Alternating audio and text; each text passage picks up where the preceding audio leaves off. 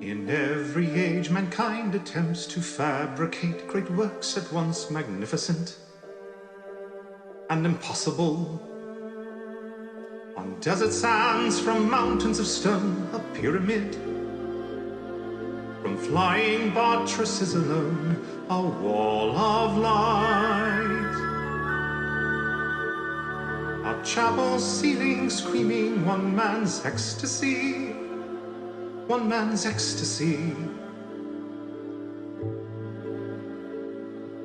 Miracles them all, China's endless wall, Stonehenge, the Parthenon, the Duomo,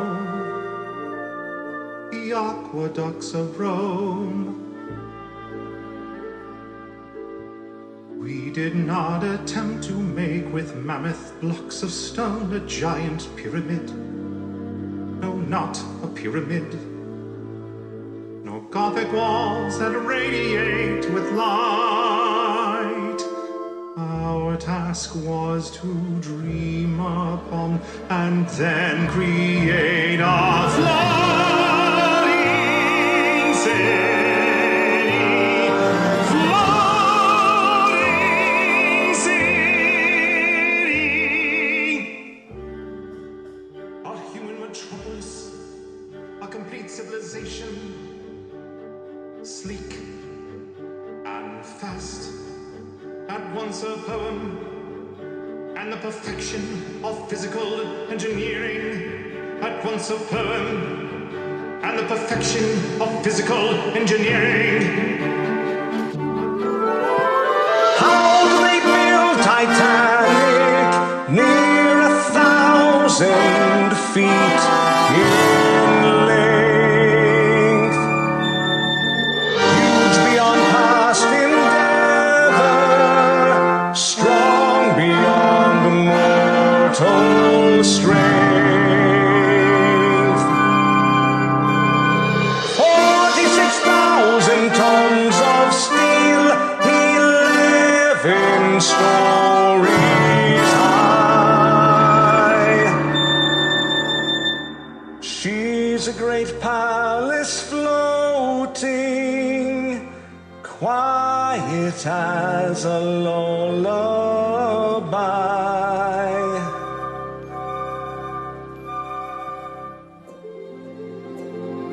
Fare thee well, my darling, I'll be back before a fortnight has passed.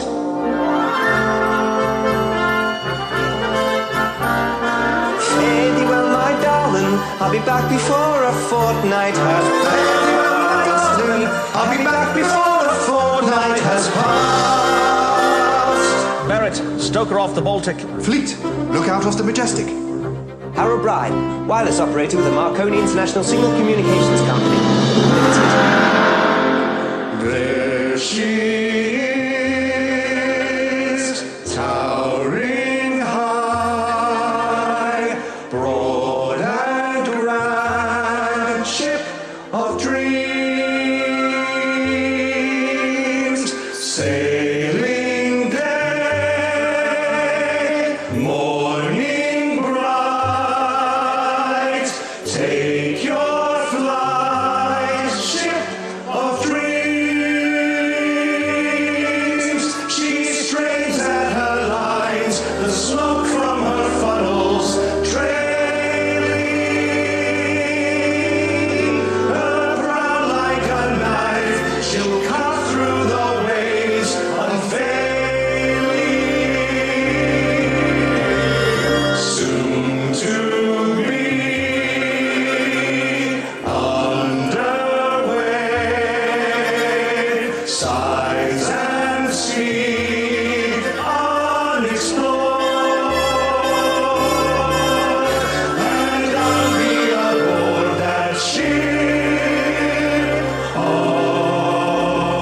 dreams. 7,000 heads of fresh lettuce, Titanic! Morning, Mr. Lightoller. Morning, Mr. Pittman. Morning, Mr. Boxall. Morning, Captain Smith. Morning, Captain. Morning, Captain. 36,000 oranges, Titanic! Morning, Mr. Hitchins. Morning, Mr. Pittman. Morning, Mr. Murdoch. Morning, Captain Smith. Morning, Murdoch. Morning, Captain. Mr. Pittman, please complete the loading of the freight and prepare for the boarding of the serving staff and crew. Aye, Captain. There she is. Morning, Mr. Andrews. Hello, Mr. Ismay. Towering high. Morning, Mr. Etches. Hello, Mr. Pittman. Broad and grand. Morning, Mr. Wiley. Ship of dreams. 42,000 fresh legs, Titanic. Sailing day. Morning, Mr. Crawford. Hello, Mrs. Hutchinson. Morning bright. Morning, Mrs. Robinson. Hello, Mrs. Beecham. Take your flight. Morning, Mr. Watman. Ship of dreams. 122,000 pounds of meat, poultry, and fish. Titanic. 40 tons of potatoes, 1,100 pounds of marmalade, 37,000 bottles of wine, beer, and spirits. Titanic. 55,000 china dishes and 20,000 crystal drinking glasses. Titanic. One Renault town carriage motor car. Titanic. Soon to be Morning, Mr. Widgery. Hello, Mr. Oliver.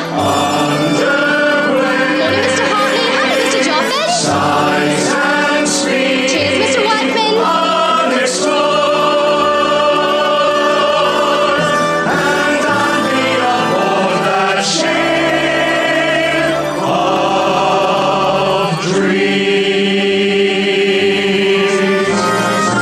Captain Smith, has there ever been a finer morning to sail? Never quite like this, Mr. Ismay. Never quite like this one, sir. Mr. Andrews, has the line ever had a faster ship for the mail? Not as fast as this, Mr. Ismay. Never quite like this one, sir.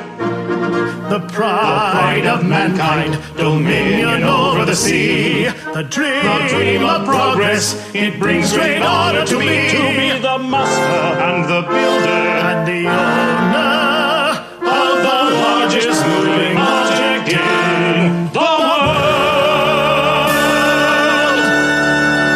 Mr. Pittman, begin boarding the passengers. Third class passengers, proceed at once to the gangway. Please bring your boarding documents and await further instructions.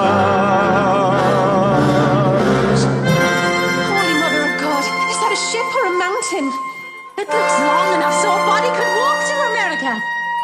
I'm Catherine McGowan, but everyone calls me Kate. I'm Kate too. Kate Mullins. And I'm Kate 3, Kate Murphy. It must be fate then. It's not fate, it's Irish. Are you traveling alone? Not me. I've got a fella. See that good-looking one up ahead? I'm planning to marry him. Oh, when's that gonna be? Soon as I meet him. Get me aboard, call out my name. It's to America we aim, to find a better life we pray, to make this trip. Let all our children's children know that this day long ago we dreamt of them and came aboard this ship.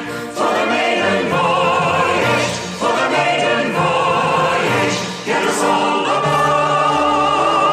Second class passengers, proceed to CDE decks. Please contact the ship's purser to arrange dining assignments. No account in the national press has quite done justice to this. It's a sight for once in a lifetime. Yes, a sight for once in a lifetime. And the chance to run away and marry now we too daren't miss. It's a chance for once in a lifetime. It's a chance for once in a lifetime. Can't wait to board that ship today. Be with her when she pulls away and takes her maiden sail. I must get on that ship, the largest, grandest on the earth, and I reserve the berth to be aboard. Now point me toward that ship. The finest people will attend. The best among them will befriend. They'll stand right next to us, be at my fingertips. Great heads of state and millionaires who run the world's affairs will all be there. I must get on that ship for the maiden voyage, for the maiden voyage. Get us all aboard. Wallace. I want to see them, Edgar. Colonel John Jacob Astor and Mrs. Astor too, arriving now from the boat train direct from Waterloo Station, may proceed to the parlor suite A62. Her name is Madeleine. She's John Jacob Astor's second wife. She's only 19 years old, and now she's married to a prominent man worth over $150 million, and 29 years her senior. They've only been married 7 months. She's already 7 months pregnant, and the scandal was such they ran away to Europe to avoid the publicity. Avoid the publicity. Mr. and Mrs. Isidore Strauss may proceed to parlor suite B55. Aren't they modest? You never think by looking at them that he and his brother own Macy's department store. Own Macy's department store. Outright! And he was close advisor to President Grover Cleveland and served in the House of Representatives 2 full terms. And that's his wife of 40 years, named Ida Sad. She hasn't been well. So the two of them have been wintering on the French Riviera. French Riviera! Mr. Benjamin Guggenheim and party will find his customary suite on A deck. Made his money by smelting gold, spends it like water. $4,500 for the Louis Couture suite, so he can live a luxurious inn with his latest mistress. And they call that justice. They call that justice. Mr. and Mrs. George Widener may proceed to Promenade Suite B51. He's the richest man in Philadelphia. Mr. and Mrs. John B. Thayer and family, Promenade Suite B58. Vice President of the Pennsylvania Railroad. Mrs. Charlotte Drake Cardoza, Suite B54. No one really knows who she is, but the newspaper says she booked the most expensive suite on the ship and travels with 14 steamer trunks, a medicine chest, her personal pillows and sheets, and 4 little Pekingese dogs. So she must be somebody. She must be somebody. Last call for boarding. This is the very last call for boarding. Lift up the ramp, let's go the lines. Raise all her colors and designs. Prepare for casting off and through the port we'll slip. Each person standing at the rail. Let one great thought prevail, one single prayer. God bless this noble ship. All ashore who are going ashore. All ashore who are going ashore. I report this ship loaded and ready for sea. Lower the gangways, Mr. Pittman. Gangways lowered, Captain. Make fast the tugs. Tugs all fast, sir. Let go all lines. Let go the stern lines. Let go the bow lines. Let go the aft springs. Tow her off, Mr. Pittman.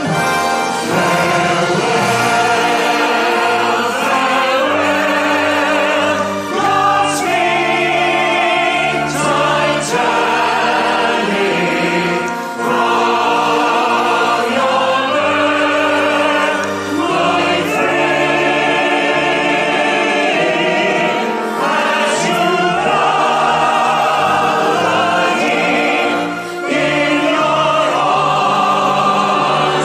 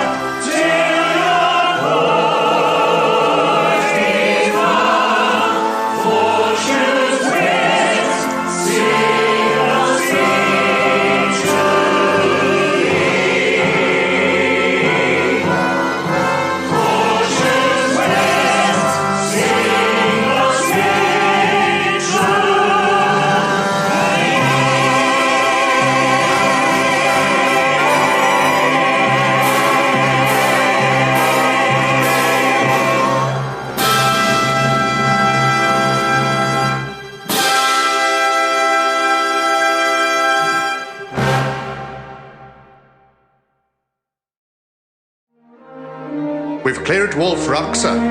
Thank you, Mr. Murdoch. What's our present course? West by north, 281 degrees, sir. Steady as she goes, Quartermaster. Aye, aye, Captain. Mr. Lighthauler, what's our present speed? 19 knots, sir. Maintain 19 knots, Mr. Murdoch. Aye, aye, sir. Boiler rooms 1 through 6. Maintain 68 revolutions of the wing propellers. EJ, now that we're officially underway, I thought a little celebration might be in order. I'm sorry, Mr. Ismay, I don't allow alcohol on my bridge. You know that, Mr. Etches. Yes, sir, I do. Technically speaking, EJ, it could be considered my bridge. Not at sea, Mr. Ismay. I'm terribly sorry, sir. I'm afraid this bottle seems to have gone completely flat. I couldn't possibly allow you to drink it. Would you like me to fetch you another, Mr. Ismay? Oh, never mind. Let it go. Thank you, sir. Again, my apologies. Thank you, Mr. Etches. Yes, well, with or without champagne, I want to toast our ship. The Royal Mail steamer Titanic, nearly a quarter-mile in length. She's bigger, grander, and safer than any ship in history. The greatest achievement in transatlantic navigation since that very first crossing 420 years ago. Ah, Andrews, I'm glad you're here. I was just congratulating the three of us on our magnificent contribution to the 20th century. Progress, gentlemen, I give you progress. I trust you'll excuse us, Mr. Ismay. We have our duties. Tell me, EJ, what's our present speed? 19 knots, Mr. Ismay. Really? I would have expected us to be going faster now that we've cleared land. I want us to make New York by Tuesday afternoon. Tell me, Andrews, I understand that 22 knots would be necessary in order to make a 6-day crossing. In your expert opinion, is Titanic capable of that speed? Calm, Andrews, you're the one who built the thing. Are we capable of 22 knots? Capable? Yes, sir, I'm sure we are. Possibly a bit more if pushed, 23 perhaps, but... Excellent, sir. I'm very pleased to hear it. But it is customary for Maiden Voyage to proceed prudently. It's the Maiden Voyage that creates news, damn it. And I intend for this one to create a legend. So answer me straight, man. When can we expect to run at full speed? When the captain orders it, sir. Then we must persuade him to do so, mustn't we? In point of fact, Mr. Ismay, I was about to give the order when you walked in. Mr. Murdoch, increase speed to 20 knots. 20 knots? Aye, aye, sir. Increase steam, Mr. Bell. Give us 71 revolutions of the wing propeller. 20 knots. Well, it's a start, I suppose. Carry on, gentlemen. Watch your compass, Mr. Hitchens. You're drifting off course. I don't think so, sir. Don't argue with me, man. If I say you're off course, then you're bloody well off course. Set your screws to 71, Mr. Barrett. 71? If you ask me, Mr. Bell, it's a mite soon for 71. Captain's orders, Mr. Barrett. If you got no objections, that is. It's his ship, isn't it? 71 it shall be. But I speak plain, Mr. Bell.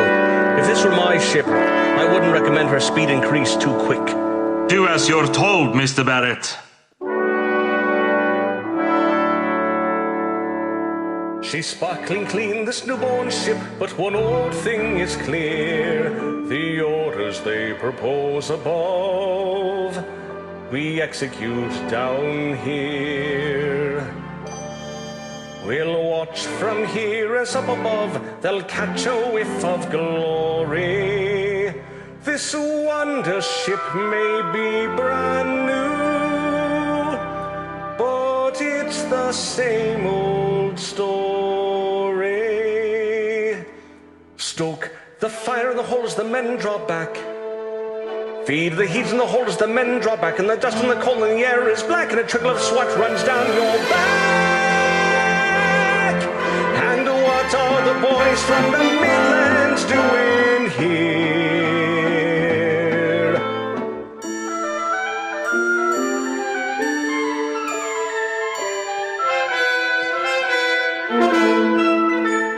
Coal it is that makes the steam, that runs the machines that run the world, that sends the men below the ground to mine the coal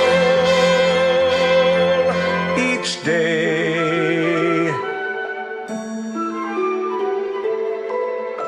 From Leicestershire and Nottingham, us lads who worked down in the pit knew if you got above the ground, you'd save your soul some way. Get out of the pit and westward I knew I could run and ship out to sea, and there I knew life was begun. And the screws are turning at 71. It became a dream to go out to sea. Further out from the mine you couldn't be.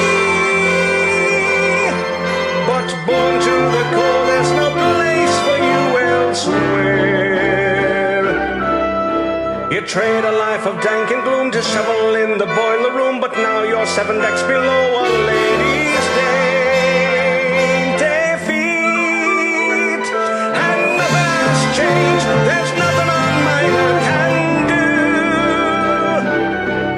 The pit and your mates turned into the hold and the crew. And the screws are turning at 72. Faster and faster we watch as we gain evermore. 73 and too soon it is 74. For the record speed I believe we strive. For the maiden ship that's too hard to drive. If you push it faster than 75, that is the truth, I swear.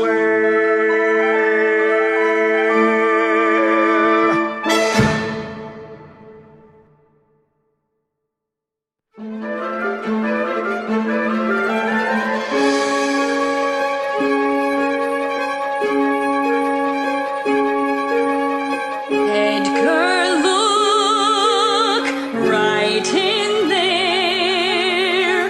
What a sight! The first class dining saloon. Saloon?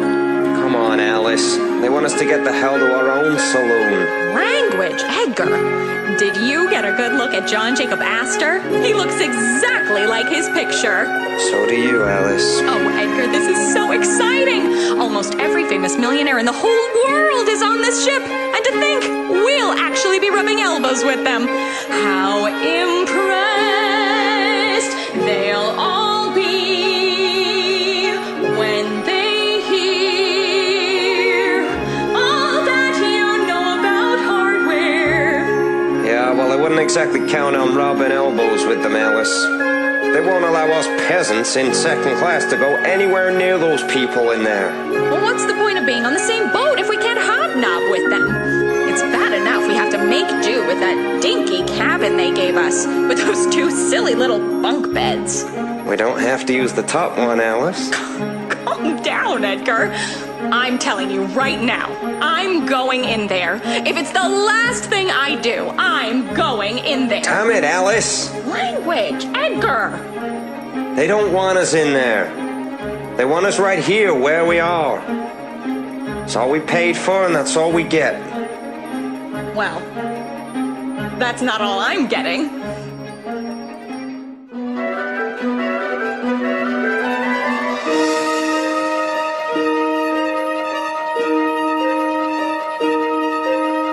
Charles, look there, through that glass, there's first class, for all your posh smart people. Rich people, you mean? Of course they're rich, darling. They're Americans.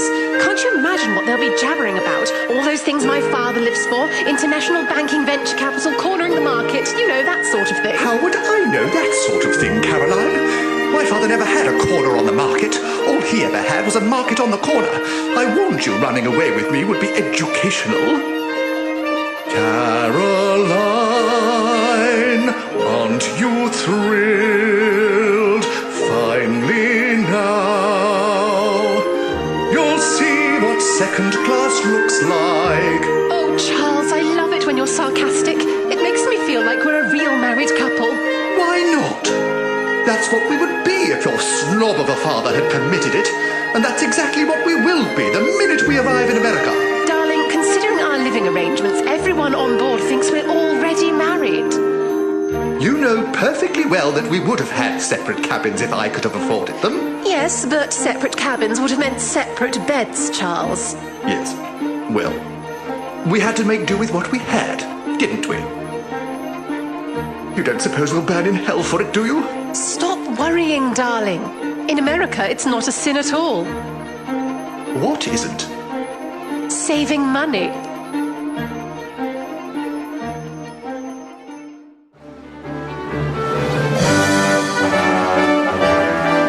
My name is Latimer. Prepare to greet our clientele. Our meeting is imminent.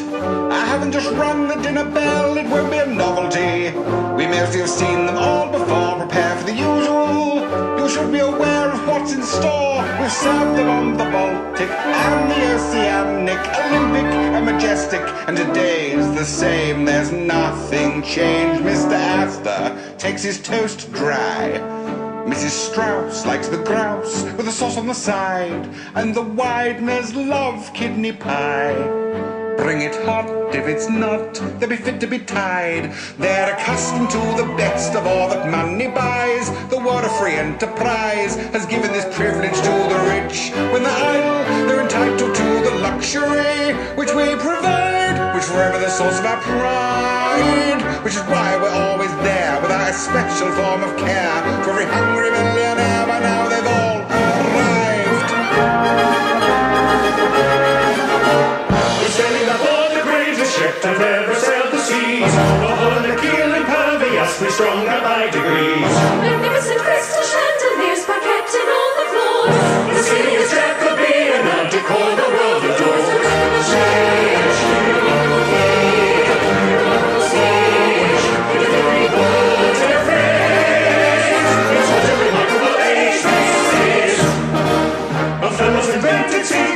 He calls it cellophane. Another has built a parachute for jumping out of an airplane. Remarkable things go endlessly throughout the human brain. Remarkable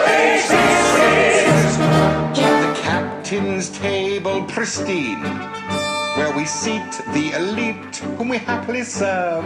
Here they dine on fine French cuisine. It's the creme de la creme's exclusive preserves. It's the pleasure of the leisure class's greatest wits to be where the captain sits when taking their dinner on the sea. Giving deference to their preferences is our chief art. We play a part in a perfectly working machine. You should ever be aware there is a privilege great and rare, a special burden that we bear in our respective lives. Remarkable U.S. steamers, 13 shares at 5 to 4. Monopoly makes the industry far brighter than before. Attending the coronation of King George V was grand. And that was off to Monaco to frolic in the sand. Remarkable times, remarkable times, remarkable world. So much surprise and amaze. What a remarkable time, what a remarkable world, what a remarkable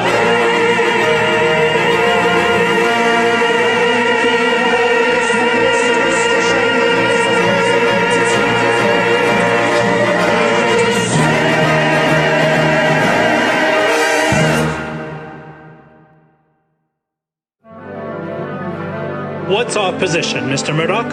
Latitude 42, 35 north, longitude 45, 50 west, Captain.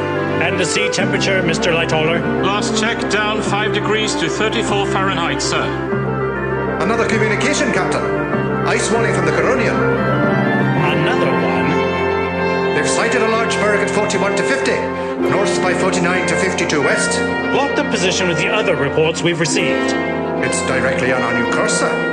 Not to worry, at least 600 miles off. Still, Not to worry, we'll keep a sharp eye, eh? And Mr. Murdoch, increase speed to 22 knots. 22, Captain? Yes. Let's do everything we can to avoid bringing Mr. Ismay to the bridge again. Yes, sir. Engine room, increase speed to 78 revolutions of the wing propellers. If I remember correctly, Mr. Murdoch, you qualified for your master's papers when you were only 25, youngest man in the line's history. But here you are, still without a ship of your own. What are you waiting for, Mr. Murdoch? The master of a ship carries a heavy responsibility, Captain. Every single minute, Mr. Murdoch. I'm Just not certain I'm up to it, sir. A ship's master must be certain of everything, Mr. Murdoch, even when he's not. And I'm as certain of that as I am that this is my final crossing. Captain? After 43 years of service, I informed the line of my wish to retire, but they asked me to stay on to see them through the maiden voyage. My wife was disappointed, of course, but how could I refuse? Take over, Mr. Murdoch.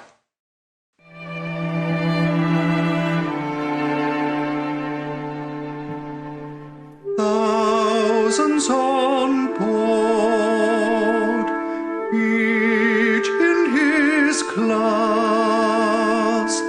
You are the master of all that must pass.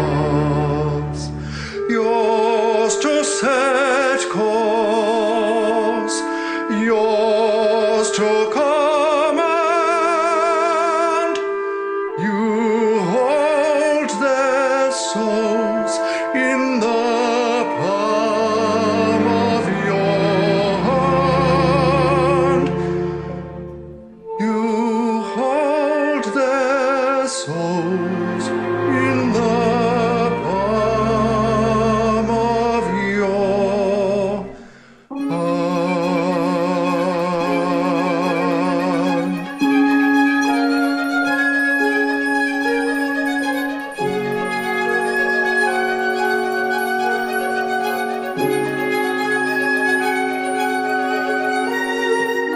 Third-class passengers are reminded not to take food below to your cabins. What's the reason for that, then? It encourages the rats. They got rats on a brand new ship. They're always the first aboard. Well, they're welcome to have part of my share. Sure, and my entire family could live a whole week off what I've been leaving on my plate. And all of it for free. Free? Are you daft then? And why do you suppose they charged us every bit of 60 shillings for our passage? What do I need with all this fine cloth and electrical light? Well, Jim Farrell, I'm gonna have fine cloth and electrical light and a whole lot more when I get to America. Including my own personal bathtub. I'm gonna rise straight to the top, I will. Just like cream. I will be a proper person. People will look up to me. What a girl, that girl McGowan. Katie, Violet, Maud, Marie. I aspire to heights of glory. In the new world that can be. In that grandest nation I'll stand tall. Reach my very highest hopes of all. I'm aiming to have a real profession, I am. Me too. Me three. I want to be a lady's maid. Lady's maid in America. In America the streets are paved with gold. I want to be a governess. Governess in America. In America it's better, I am told. I want to be a sewing girl. Sewing girl in America. In America I'll sew till I am old. There's a place called Chicago. I've seen it on the map. There's a place called Maryland. I've seen it on the map. There's a place in America called Albuquerque. And I'm hoping it's a bit like Donegal. Oh, I'm hoping that it is. There, I'm hoping that it is. Where my dreaming and my hoping and my scheming and my praying and my wishing to be happy will come true in a land. I want to be an engineer. An engineer. In America, the streets In America the streets are paved with gold. I want a shop to call my own, to call my own.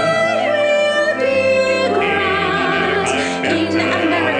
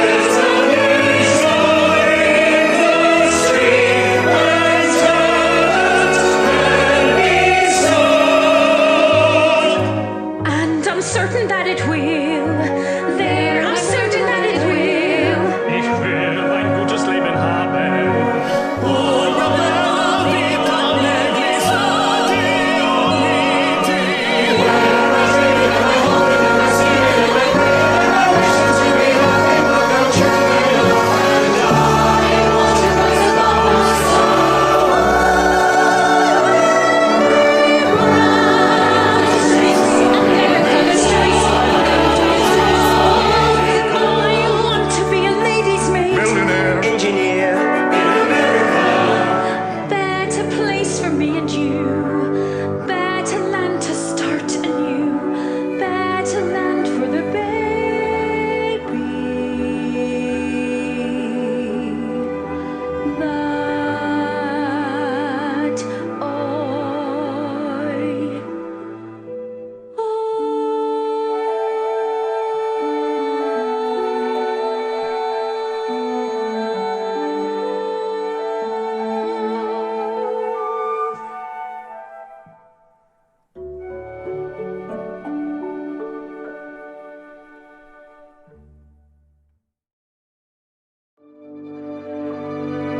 Oh, it's turning bloody cold, isn't it, Mr. Lightoller? Yes, sir, it feels rather like February than April. Ah, Andrews, there you are. I've been looking for you everywhere. I want your opinion on how you think the crossing is going so far. Not as well as I'd hoped, Mr. Ismay. We've got a few problems. Really? Such as what? I'm disappointed in the water pressure for the upper decks. The kitchen staff are complaining that the sleeping quarters are overheated. There's gratitude for you. In my father's day, they were lucky to get any heat at all. Now tell me, Andrews, are you satisfied with our present speed? I think so, sir. Well, I don't mind telling you I'm very disappointed. The sea is calm, the weather's fair. Why aren't we going any faster? We are doing 22 knots, Mr. Ismay. That's better than any White Star ship's ever managed. Answer me straight, Andrews. You chaps at Holland and Wolf built the Cunard ship too. Was Titanic intentionally designed to run slower? I really must protest the implication, sir. When your father ran the line, he demanded safety and comfort before speed. Cunard may get their passengers there a little faster, yes, but White Star gives them a far better ride. It's a new world, Andrews. These days, people want speed above everything else. Americans would gladly lose their dinner over the rail if it meant arriving in New York a day sooner. Mr. Ismay, is there something you wanted, sir? EJ, I was wondering if you could now predict with any certainty our arriving in New York by Tuesday afternoon. I can only say it's possible. Possible? But it's imperative, damn it! If we have to stand off until Wednesday morning, our return to England will be delayed by a full 24 hours. Titanic must be known as a 6-day ship, EJ. Even the bloody Krauts can do it. And if second-rate tubs like Deutschland and Kaiser Wilhelm can turn around in a fortnight, then so, by God, shall we. I'm sure that we will do everything we can, Mr. Ismay. Splendid. That's all I ask, isn't it?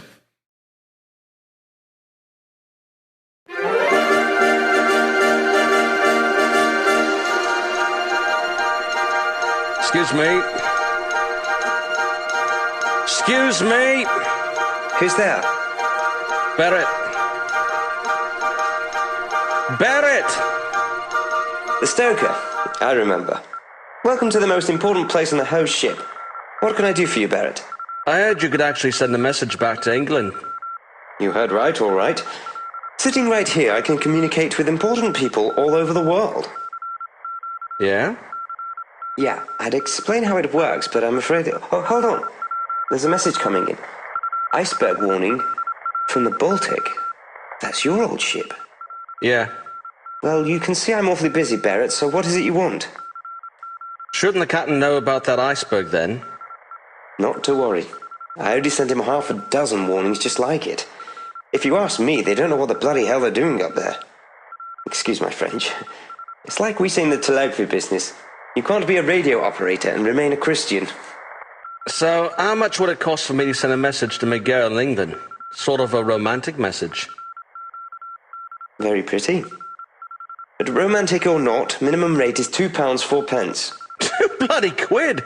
That's twice what they pay me to get to America and back. Hold on. Maybe I could give you a professional discount? Yeah? What'd that cost? Nothing. They'll never know the difference. Well, not very much. You must be a romantic sort of person yourself. Not me. Romance and telegraphy don't mix, see? How can you communicate with only one person when you've got the entire world talking to you?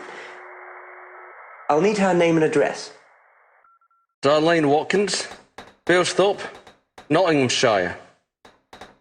What's that you're doing there?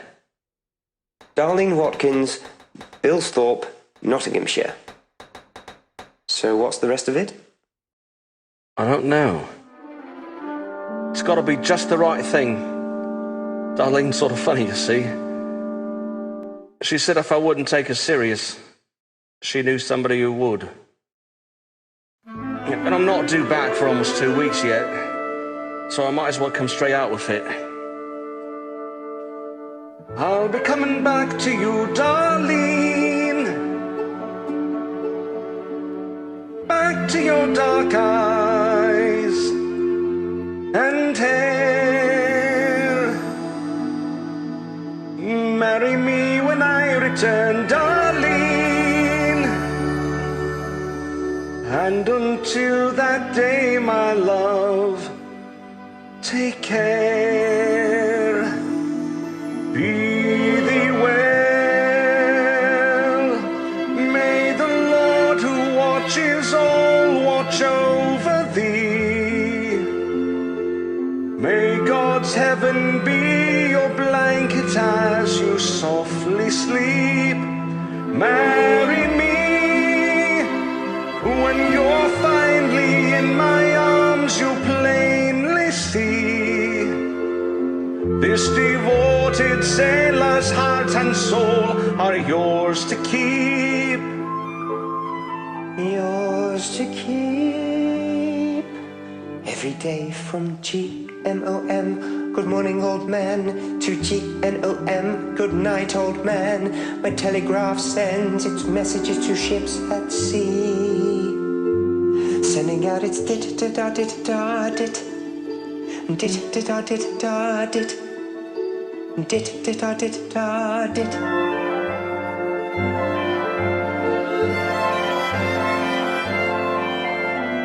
I was young and shy, detached and sad, spent my days indoors, a homebound lad. Hardly spoke, few friends, I kept myself to myself, quite alone. Then I found Marconi's telegraph. It could span the planet's width by half. 50 yards, 2,000 miles, the same touch, the spark, sound, the tone. And the night was alive with 1,000 voices fighting to be heard. And each and every one of them connected to me. And my life came alive with 1,000 voices tapping out each word, like 1,000 people joined with a single heartbeat, tapping out a dit dit a dit da dit, dit dit a dit da dit, dit dit a dit da.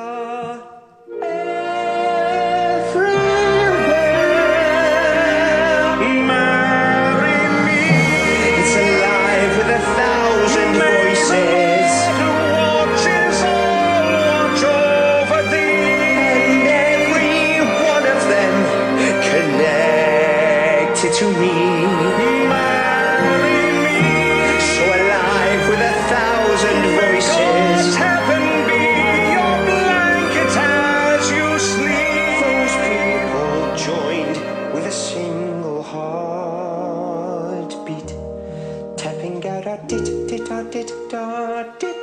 Marry me, dit a dit da dit. Marry me, dit a dit da. Signed, Fred.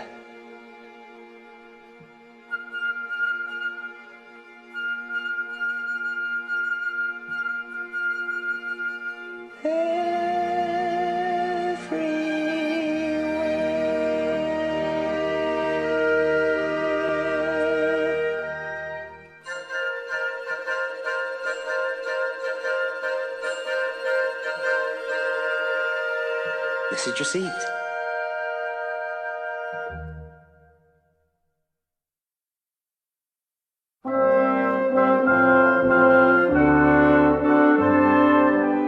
Ladies Ladies and gentlemen, after our Sunday service, all first-class passengers are invited to the boat deck, where our bandmaster, Mr. Wallace Hartley, and his ensemble will be playing out of doors for your entertainment.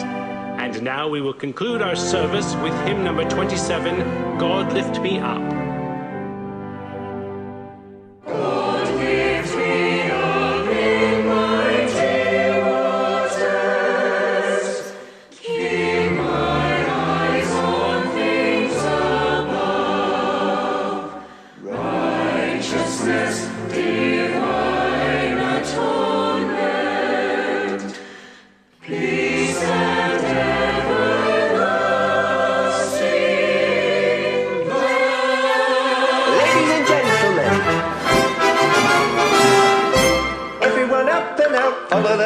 Shout, isn't it a lovely day? Yes! Watching all the ladies in Parisian fashion on display. Young Mr. Hartley is playing quite smartly in rhythm that could never lag.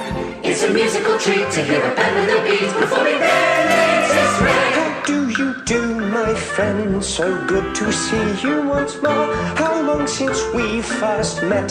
Has it been 3 days or 4? It seems like so much longer than a little weekend jack.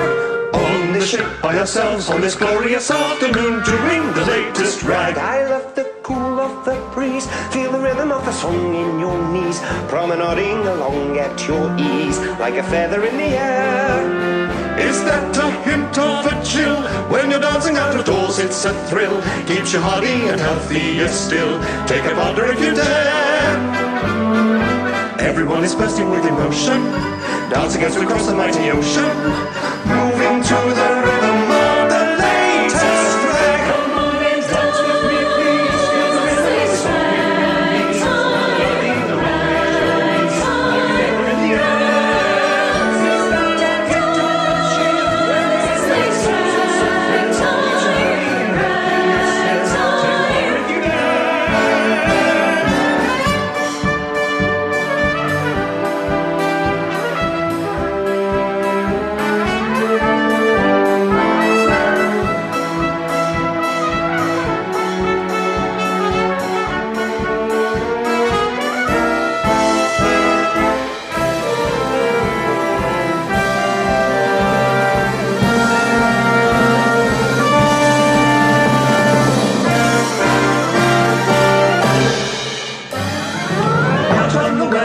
Personnel deck, feel all the ocean spray. Get yourself up on the upper hotel deck. Oh, what a swell deck! Wait for your déjeuner. Turn a corner on the pole parallel deck. It's almost bell deck. All the rest for sale. Now the band is batting, the ragtime setting will take you away.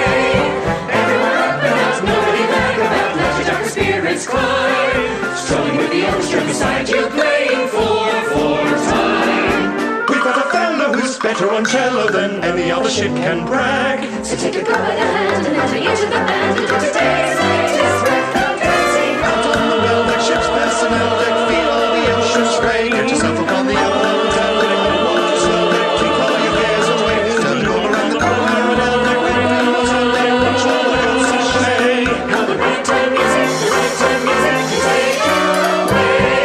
That's what the ship says and everyone sing the ocean spray. All the ocean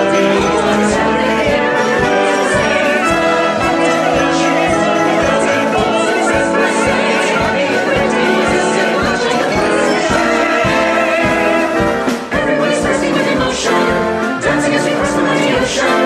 Hasn't it been absolutely great to dance the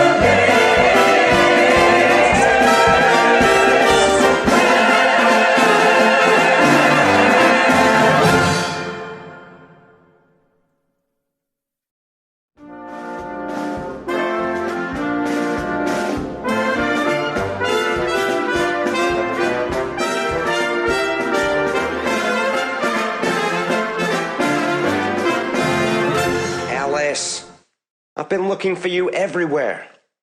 You're not supposed to be here. What have you been up to? Afternoon dancing. Afternoon dancing? It's what they call a thé dansant. Back home, it's what we call a croquet. Language, Edgar. Come on, Alice. I don't think we really belong here. Oh, applesauce, Edgar. I have danced with the first class, Edgar. It was, oh, such a dream come true. That class isn't for our kind, Alice. That won't do.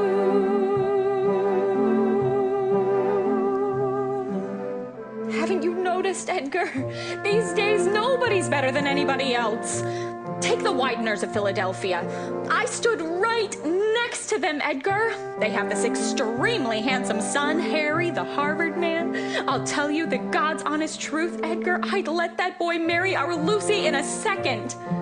Well, that's half the battle. Oh, you can make fun all you want, Edgar. But I want more out of life in Indianapolis, Indiana. But that's why I arranged this trip for you, Alice. To show you the world. I don't want to see the world, Edgar. There are too many other places I'd rather see first. There are hotels on islands, Edgar.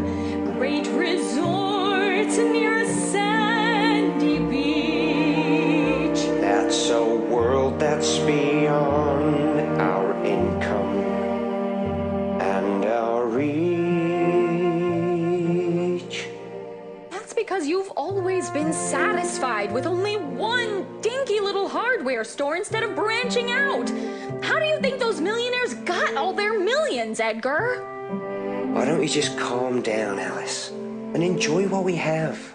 Please don't tell me never.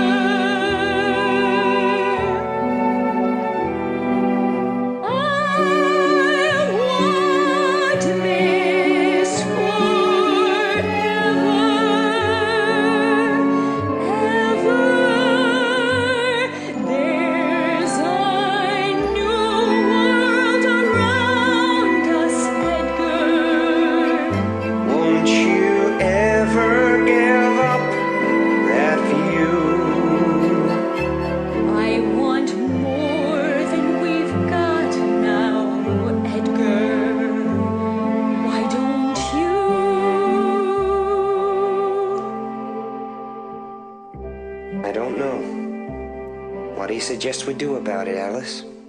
I don't know. I'm going for a walk now, Edgar. I have to be alone for a while.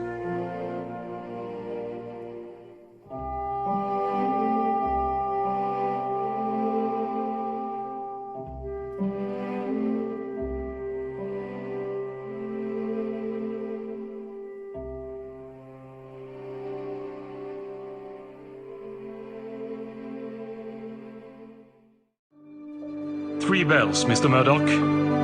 Thank you, Mr. Lightoller. Hold your course, quartermaster. West-northwest 292 degrees. West-northwest 292 degrees. Aye, sir. Mr. Murdoch, what's our present speed? Steady at 22 knots, sir. Have there been any reports of mechanical difficulties since reaching that speed? No, sir. None at all. Very good. Increase speed to 23 knots. Captain, there's been another ice warning, sir. Nasiba reports of a large berg at 42 degrees north. 42 degrees. That's in total agreement with all the other reports we've received, except for this one from the French liner La Touraine. 41 degrees. Now that puts it a good deal closer, doesn't it? How do you explain the difference? It must have been an error in transmission, sir. The radio. I'll never accept the damn thing. I'm afraid it's here to stay, sir. Which means we'll soon be taking our orders from safe, dry little offices on shore. It's a brand new world, Captain. Thank God I won't be around to see it. 23 knots, Mr. Murdoch. 23 knots. Yes, sir. Engine room. Increase speed to 81 revolutions of the wing propellers, Mr. Bell. I'm still waiting, Mr. Strauss. For what? The reason you sent our son Jesse a radio message. He and his cousin want to make Macy's the largest retail store in the world. They even want to give away catalogs like Sears and Roebuck. It's totally crazy. What did you tell him? To go ahead. It's a new world out there, Mrs. Strauss. I don't pretend to understand it. Good evening, sir. Henry Etches, first-class steward. Good evening. Edgar Bean, second-class passenger. Bean? I know that name. You probably ran into my wife. She likes dancing with millionaires. Ah, yes, quite so, sir. My condolences. That's a far-off look I'm seeing in your eye, Kate. Which far-off place is it you're looking at? America or Ireland? If you must know, I was thinking about a friend of mine. A very dear friend. It seems she left home because she'd made a mistake. A mistake she couldn't get rid of. She should have been more careful. So what are you going to do with the rest of your life? Who knows? Maybe run for Congress again. I'll tell you the truth, I really liked it there. And the best part is, you don't have to know anything. It seems she wants more out of life than I can give her. Isn't that always the way, sir? I had a wife once. What happened? Nothing. I still have her. In all my years, I never saw the sea so calm. Is it my imagination? Or are we going faster than ever before? If my friend were here instead of me, Jim, what would you say to her? Well, I'd say, what would I call her then? We're all named Kate. You know that. So I'd say, Kate, do you know who the father is? What a sad question. What do you take her for? And he refused to go with her. Decent work being hard to find, he probably didn't want to leave his job. Or his wife. So tell me, Jim Farrell, could a decent fella care for a woman who already has a bit of a family? Oh, well made, sir. Asta. That'll cost us some. It's your deal, Major. Mr. Rogers, your reputation as a fine bridge player is well earned. You play excellent game. Thank you, sir. Either that or you're uncommonly lucky. Bridge isn't a game of chance, Mr. Astor. Reminds me of the time I was playing bridge with Lord Raglan during the Crimean campaign, when, out of nowhere, came 2,000 Praise savages! I've been told on very good authority that there are professional gamblers on board. Card sharpers who actually make their living traveling back and forth across the Atlantic. Gamblers? Nonsense! How did these rumors start? Oh, you can be sure they're here, Major. How can they pass up the opportunity of fleecing a passenger list like this one? I even heard talk that the notorious Jay Yates is aboard. I don't remember seeing his name on the passenger list. Well, you wouldn't, would you? But I'll give you 10 to 1 he's here somewhere.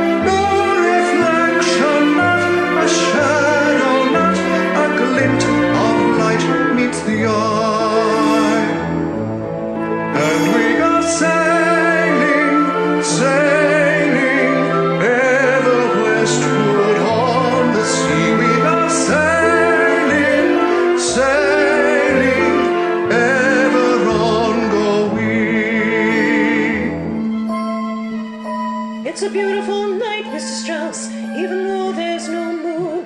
Look at all the stars. Can you find the Big Dipper? The Big Dipper? I can't even find our own stateroom. Every time I go out for a walk, finding my way back is an adventure. Maybe you should drop breadcrumbs. Can you feel how cold it's getting, Mrs. Strauss? All in the past couple of hours. Would you like me to get your fur stole? What? And maybe never see you again? No, thank you. I'd rather freeze. Are you cold then, Katie? Not now that you got your arm around me. But I don't. God, you're a funny one, Kate McGowan. Funny? Thanks very much. Because you come right out with what you want. And you find that funny, do you? What kind of girl do you think I am? You think I need to be told what I want? Life's too short for that, me boyo. The weather's quite changed, Mr. Lightoller. Yes, sir. It's turned very cold. Only 1 point above freezing. Ocean temperature's down to 31 degrees, Captain. Warn the carpenter to check our supply of fresh water, Mr. Murdoch, and tell the engine room to watch the steam winches. Aye, sir. There's not much wind, is there? No, sir. It appears to be a flat calm. And we go See how calm it is, smooth as polished glass. On the open sea, feel the fight in the air. The open sea, smooth as polished glass. ever on going.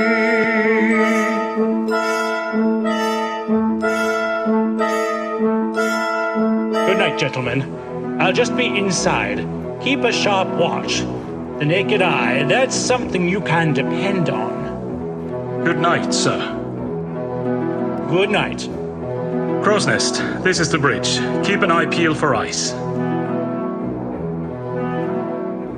Good evening, gentlemen. Madam, this happens to be the smoking room.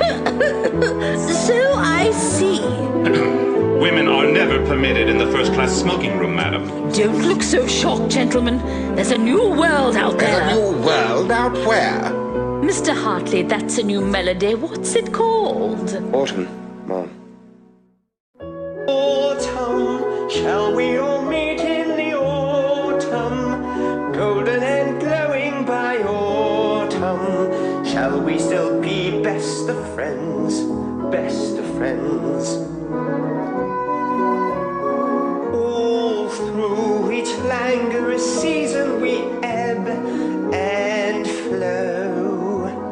Romance defying all reason will come then go. Still perhaps this autumn love won't retreat in the autumn. We'll be complete in the autumn. All that we have won't be past, won't be past.